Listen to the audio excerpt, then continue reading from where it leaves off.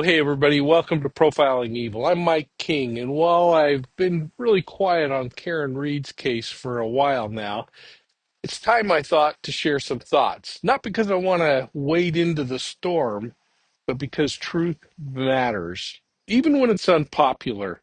And today I'm coming to you from southern Greece, where history and mythology remind us of the danger of confusing emotion with evidence. So let's talk Cellebrite, conspiracy theories, and the Karen Reed case.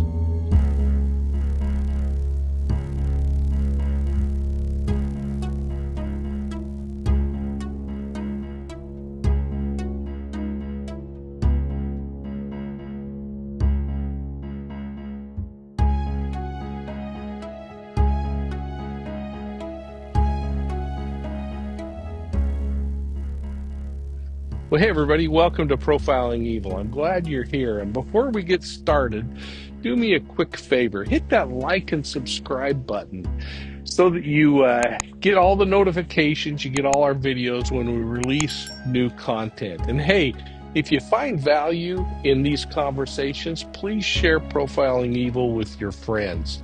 You know, we don't try to just chase headlines. We try to analyze them. We dig into criminal behavior, investigative strategies, and the patterns that most people overlook. And today I want to talk about something that's getting lost in all the noise: the difference between myths and truths. Now, as the Karen Reed case unfolds, emotions are boiling over, and some narratives are starting to feel more like Greek mythology than criminal justice. So, thanks for being part of this thoughtful, evidence based community. And I want to cut through the chaos and get right into this case. And again, I'm coming from southern Greece, just near, probably, well, let's see, it's probably 200 yards from the amazing Poseidon temple. Now, I want to start off with something that's been really bugging me: this idea that the company Cellebrite, a globally respected digital forensics firm, would somehow risk their multi-billion-dollar credibility to fabricate evidence in the Karen Reed case. It's frankly absurd, in my opinion. Now, I know these guys. I've trained alongside their team for the International Association of Chiefs of Police. I've listened closely to their testimony in this trial. And I just want you to know I'm coming with this information and my personal opinions based on a decade of analyzing mobile phone data for public safety organizations all around the world. I understand the concepts that they're talking about here. I understand the responsibility that they have to be truthful in court. You know, I've spoken on this concept of cell phone analysis on Court TV, News Nation, the Dr. Phil Show, and in countries across Europe, Asia, and North America. In other words, I want you to know that I'm speaking from experience, not emotion. So I'd like to get something straight. And I want to make it really clear. I'm doing this recognizing that there are differing opinions. I just want to share mine. And I don't want to be part of this ugly fight that's going on. But Celebrite, this is a publicly traded company worth over $4.5 billion. It provides digital intelligence solutions to more than 5,000 police departments across the world and to these major Fortune 500 companies. They've been involved in some of the world's highest profile investigations, and their technology is unlike others. In fact, it is the kind of stuff that unlocks truths, even from the most encrypted corners of digital life. Now, in this trial, they've been examining Karen Reed's phone. The controversy centers around that phrase, "How's long to die in the cold?" A Google search that could speak volumes. Now, according to the defense, that search was made at 2:27 a.m., right around the time that John O'Keefe was allegedly murdered. But Cellbrite expert Ian Whiffen and an independent analyst, Jessica Hyde, both confirmed the actual search occurred at 6:24 a.m. That's when McCabe said it happened, and that's a massive difference. Now, there's no question the defense is going to put up some information that suggests that they're wrong. But I want to remind you, the defense has somebody that isn't the guy who wrote the program that everybody's relying on, and that's what Ian Whiffen is. Now, so where did this 2:27 a.m. come from? It came when the browser on the mobile device was opened up, not when the search was entered. And this is really important because if you're not trained in digital forensics, it's an easy thing to misunderstand, even for the forensics expert that the defense is going to be putting on. But it's not evidence of a cover-up. And that brings me to the bigger issue that I want to talk about. Because it was described like this during testimony by Ian Whiffen, again, who started by testifying that the forensic tools like Cellebrite and Magnet Axiom can mislead untrained users into misinterpreting when a web search is actually performed on an iPhone. And again, McCabe opened a Safari browser window on that iPhone. Now, Whiffen used a live demonstration on a phone that was running the exact same iOS version as Jennifer McCabe's, 15.2.1, and connected to a forensic tool that he personally developed and he shares freely with the examining community. He demonstrated how somebody like Jennifer McCabe would have opened that new tab in Safari and then performed a search. Back then, it was about some sporting things and about music and a couple of other things at 2 o'clock in the morning. And then, hours later, when she, as her testimony gave, testified that she was asked by Karen Reed to figure out how long it takes for somebody to die in the cold, opened that same tab, not a new window, and that would have been all the difference, but that same tab. The same thing as if you go to your Safari browser or your iPhone and look at all of the tabs that are open on your phone right now, you will see what we're talking about here. Because there, the internal browser database, it's browser.state.db, records an event. The database logs the time when that tab is first opened on the iPhone, not the time that subsequent searches are conducted on that same tab. Again, if she had opened a new Safari tab, it would have showed the time of 6:24 when that last search was done. Although the internal data clearly shows that it happened at 6:24 a.m. I'm sorry, folks. If you're angry, I'm sorry, but that is the science. Now, even if multiple searches are done in that tab, or the app is minimized and reopened later, the original tab creation time, that 227 or whatever it was, remains unchanged until the tab is closed. Only once the tab is closed does the database record that new entry, but it still uses the original timestamp as the last viewed time. Now, in Whiffen's example in front of the court, he searched multiple time frames over several minutes. The first one he did at 14:10 or 2:10 p.m. This is all Eastern time. The second, 14:11. The third, 14:12. I think he did one additional 1411X, he called it. But the database only recorded the time in which the tab was opened. That first time Safari was open, 14:10 p.m., 2:10 p.m., making it appear as though all the searches were occurring at that time. But they weren't, folks. That's where the underlying data proves that they were not made at that time. So remember, the defense is claiming that Jennifer McCabe searched how long to die in the cold at 227.40, suggesting that everything occurred before first responders were on the scene. But this is all mythology. We're here in Greece. But Whiffen showed that this timestamp reflects when the browser tab was opened, not when the search was entered.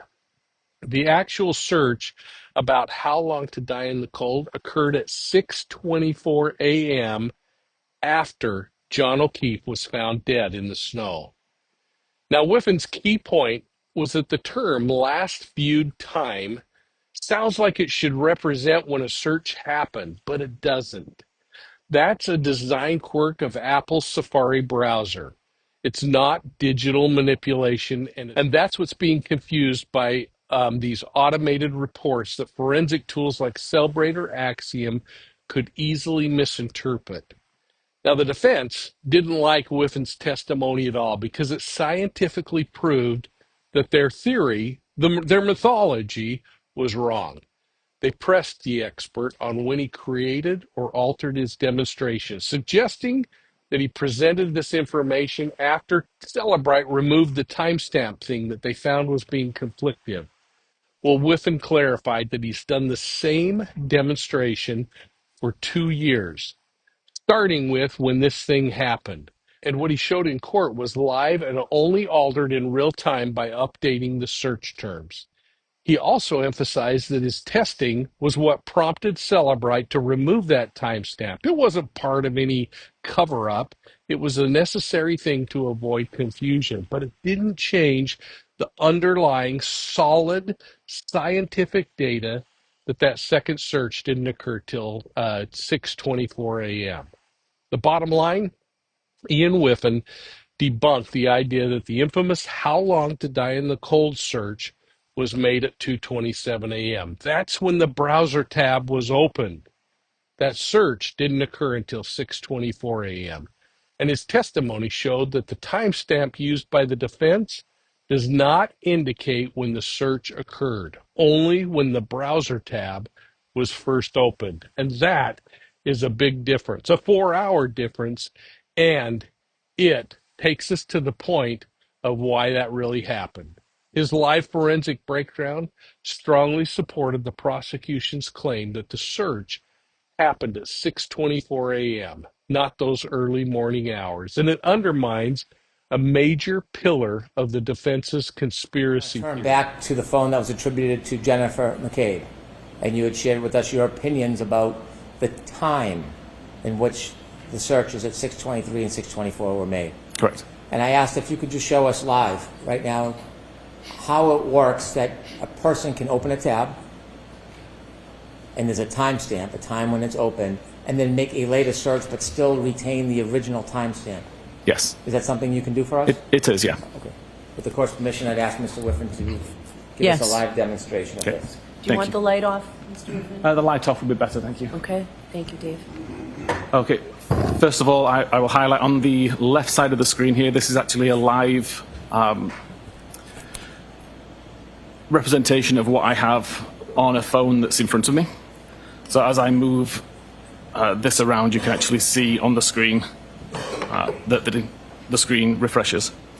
I'll also point out the iOS version here is 15.2.1, which matches that from Jennifer McCabe's phone. On the right side of the screen is the tool which I spoke about earlier, the one that I've been writing for several years.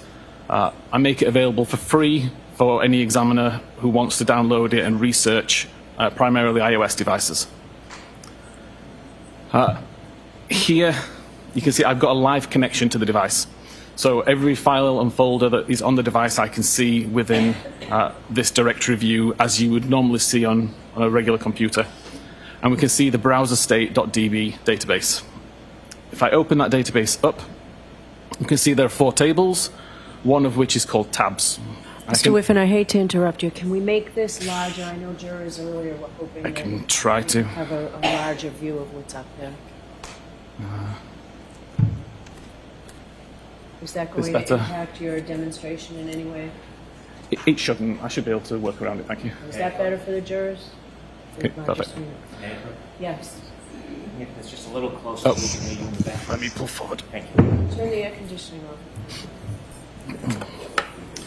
off. So at this moment in time, the tabs table has 2 records. I'm just going to ask you to ignore those for now. They're from a previous demonstration. I can't delete those without taking longer to do this demonstration. If I go back onto the phone itself, just takes a second to refresh, and open up Safari.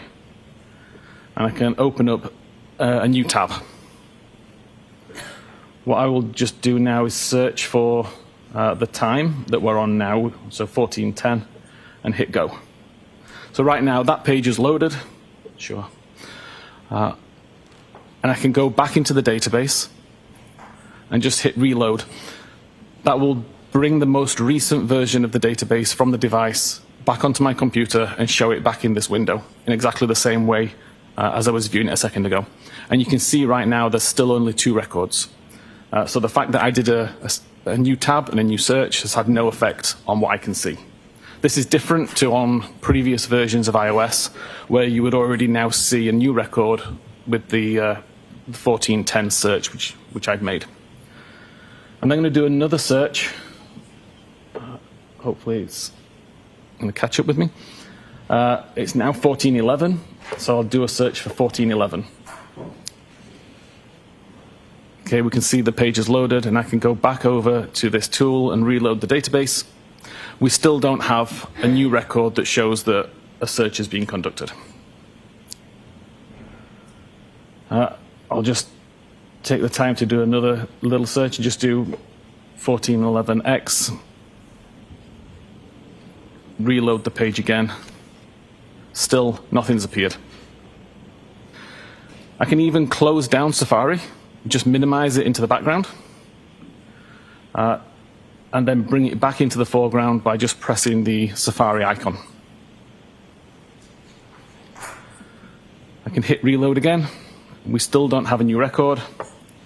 And I can do a further search for now 1412. 1412 is loaded, and I can reload the page. Still no records present. I can now go into Safari and just close the tab.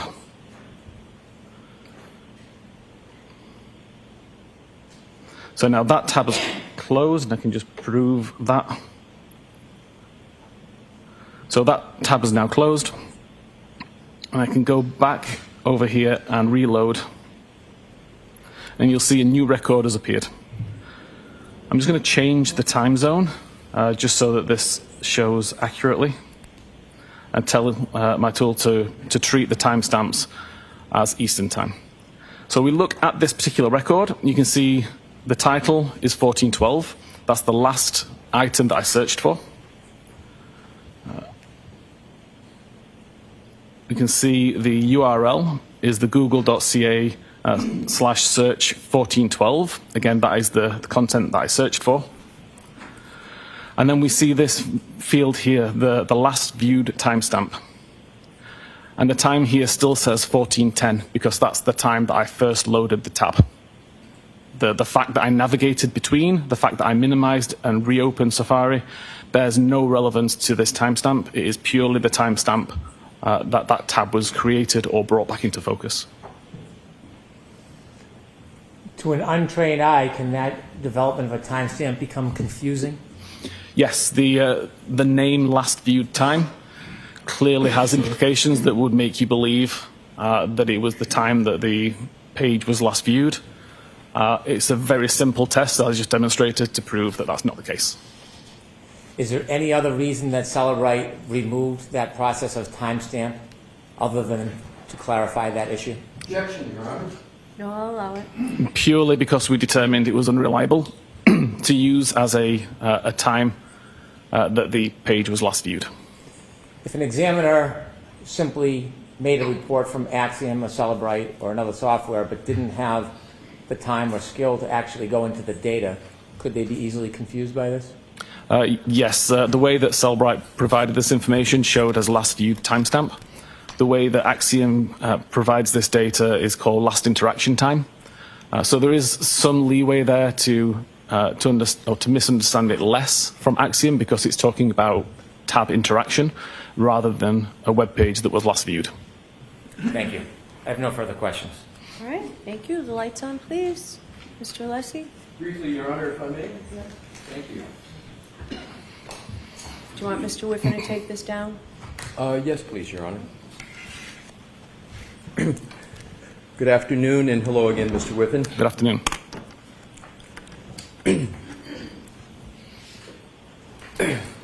Magnet forensics Axiom still shows a 2:27:40 a.m. timestamp on its forensic tool, correct? Correct.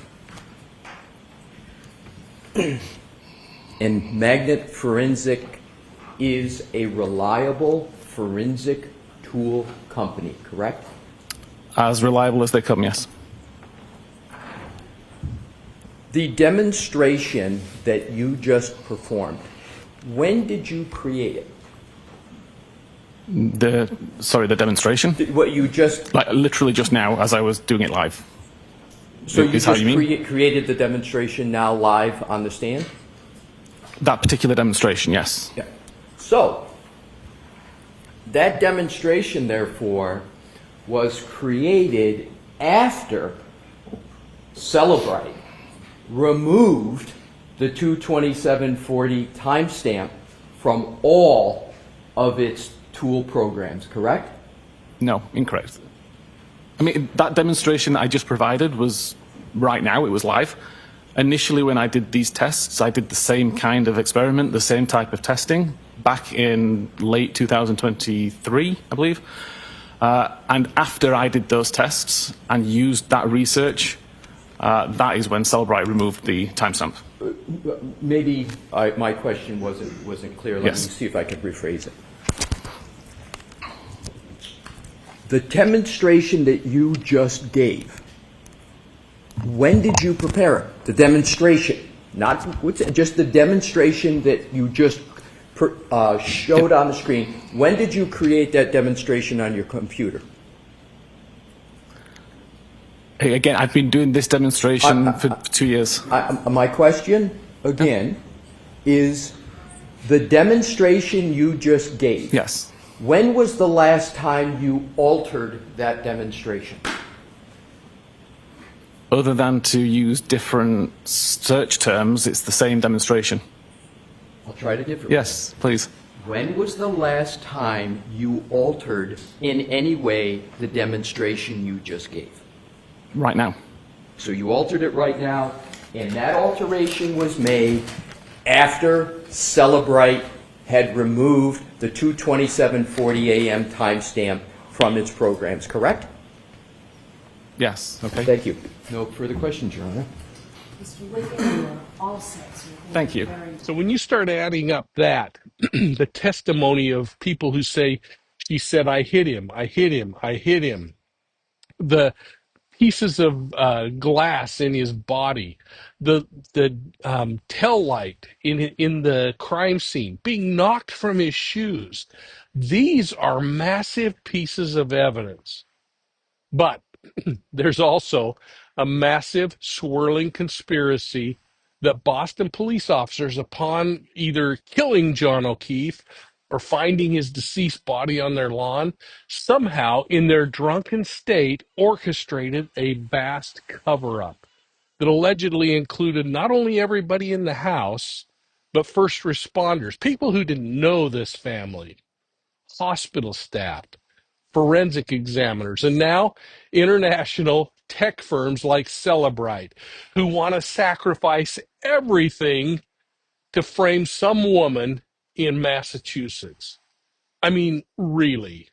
Are we supposed to believe that dozens of professionals from across multiple professional agencies, people with careers, oaths, and no personal interest, suddenly decided to risk prison and their reputations to frame one woman, and that they're all in on it? Now, let's be honest about a couple of things that we've learned in this investigation. Was it mishandled in places?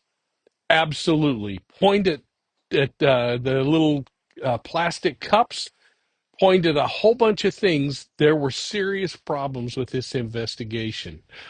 Are there valid concerns about how some police officers behaved? Absolutely. Their credibility stinks in some areas. But that's not the same as orchestrating a grand criminal conspiracy. So get over that and focus on the evidence. Now, may it cost the trial? May Karen Reed walk free because of the ugliness involved in this case? She absolutely might walk free, but it doesn't change the reality that she backed into and killed John O'Keefe. And as somebody who spent decades in criminal justice, I know the difference between sloppiness and sabotage. And what I'm seeing here are the makings of a myth, a narrative that's being clung to, not because the evidence supports it, but because people want it to be true. And there is one person trying to avoid responsibility for something that happened in a drunken stupor. Because if you look at those blood reports that were taken in, hours after this event happened, Karen Reed would have been probably over the legal limit of alcohol consumption in her body at the time this murder occurred. And that brings me back to this little place in Greece, because as I'm filming this, I'm about 200 yards from Poseidon's temple at Cape Sunion, overlooking the deep blue Aegean Sea, this beautiful place behind me. This was a sacred ground for the ancient Greeks, where they honored the god of the sea, Poseidon.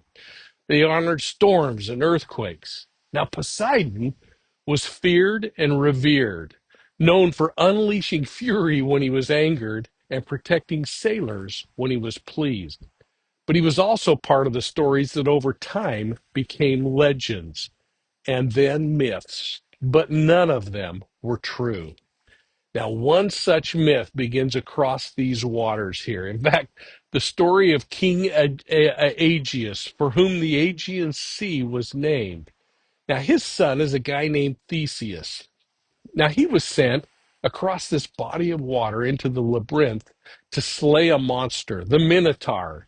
And they agreed that if he actually survived hunting and killing the monster, that when he returned home on his ship, he would have white sails billowing to send a message to his father, the king, that he had successfully killed the Minotaur and that he was coming home. Now, his warriors were instructed that if he were killed by the Minotaur, that he was to return flying black sails on the ship.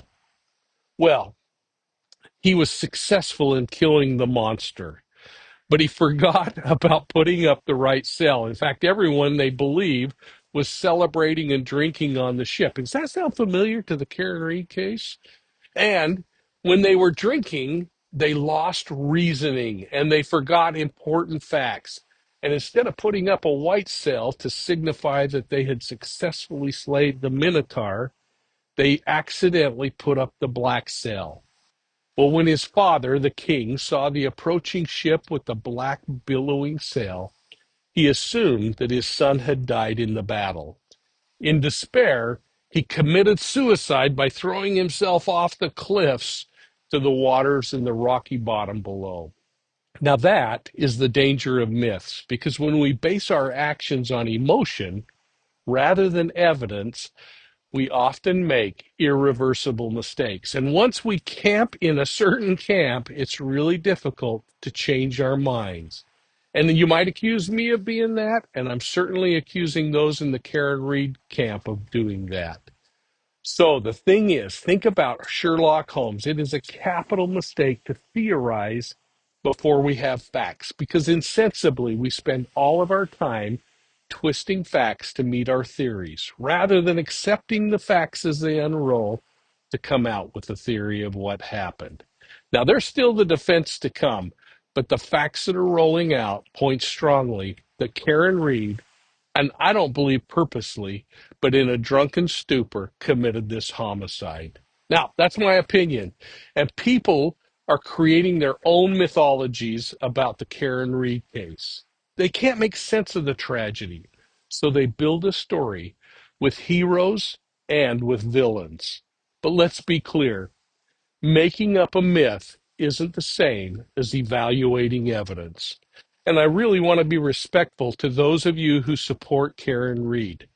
Your questions, your concerns, they're legitimate. Your passion for justice is not the problem that I'm addressing. My focus is about those times when we allow our passion to blind us from reason. Now, people are mad, and I get it. The process has been messy. Some police conduct raises serious questions, but asking those questions doesn't require us to swallow the myth whole kit and caboodle. Because when we abandon critical thinking in favor of mob outrage, we risk becoming the very thing that we're fighting against. blind believers in a narrative that we want, rather than seekers of truth. And that's where we need to be. So if you're wondering why I haven't said much on this case, it's because of this very reason. The emotion is way too high. The hate is way too sharp. People aren't just disagreeing with each other. They're trying to destroy those who don't agree with them. They're not listening for truth, and they're demanding loyalty to the version of their narrative.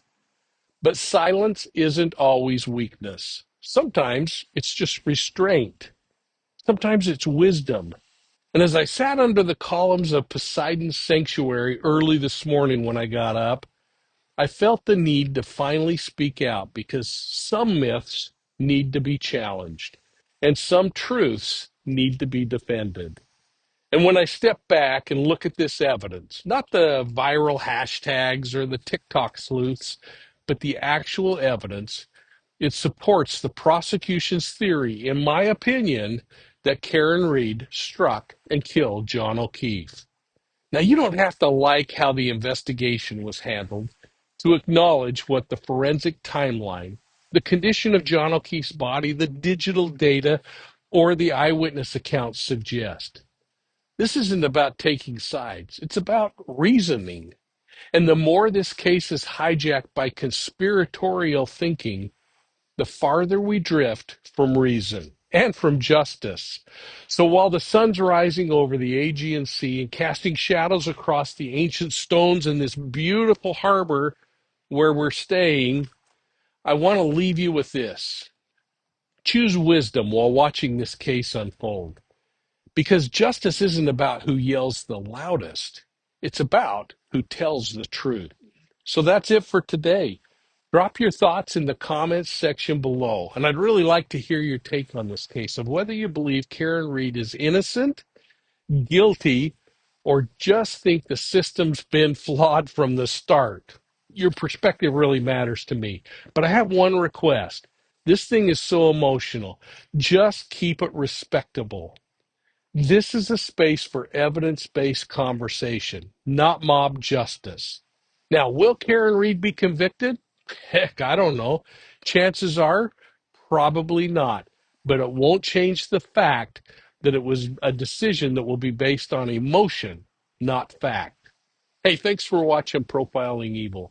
Your support means the world to me, and I hope you're following us on Facebook, Instagram, YouTube, and Twitter. And there you're going to get updates and behind-the-scenes information, and you'll get more on the thoughtful discussions that you're not going to find in many other places.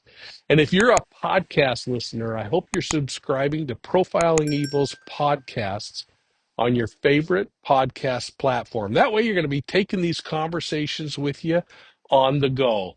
And if you're hungry for more true crime or criminal behavior analysis, head over to profilingevil.com, where you'll find our interactive maps, our video archives, and a ton of additional content. And make sure you sign up for the BOLO, our exclusive digital newsletter, while you're there. That way you'll get insights, updates, everything straight to your inbox. And if you like investigative storytelling, check out my books, Deceived, an investigative memoir of the Zion Society cult. It chronicles my investigation and ultimate takedown of the Zion Society cult. You might also enjoy my book, She Knew No Fear, which tells the true story of my great-great-grandmother and her 1891 murder, and how I solved that thing 130 years later. Now, both are available on our website, and if you buy it on the website and you live in the United States, I'll sign that thing and I'll ship it to you for free. Otherwise, you can get it through Amazon anywhere in the world. Hey, thanks again for being part of the Profiling Evil community. We'll see you soon at the next crime scene.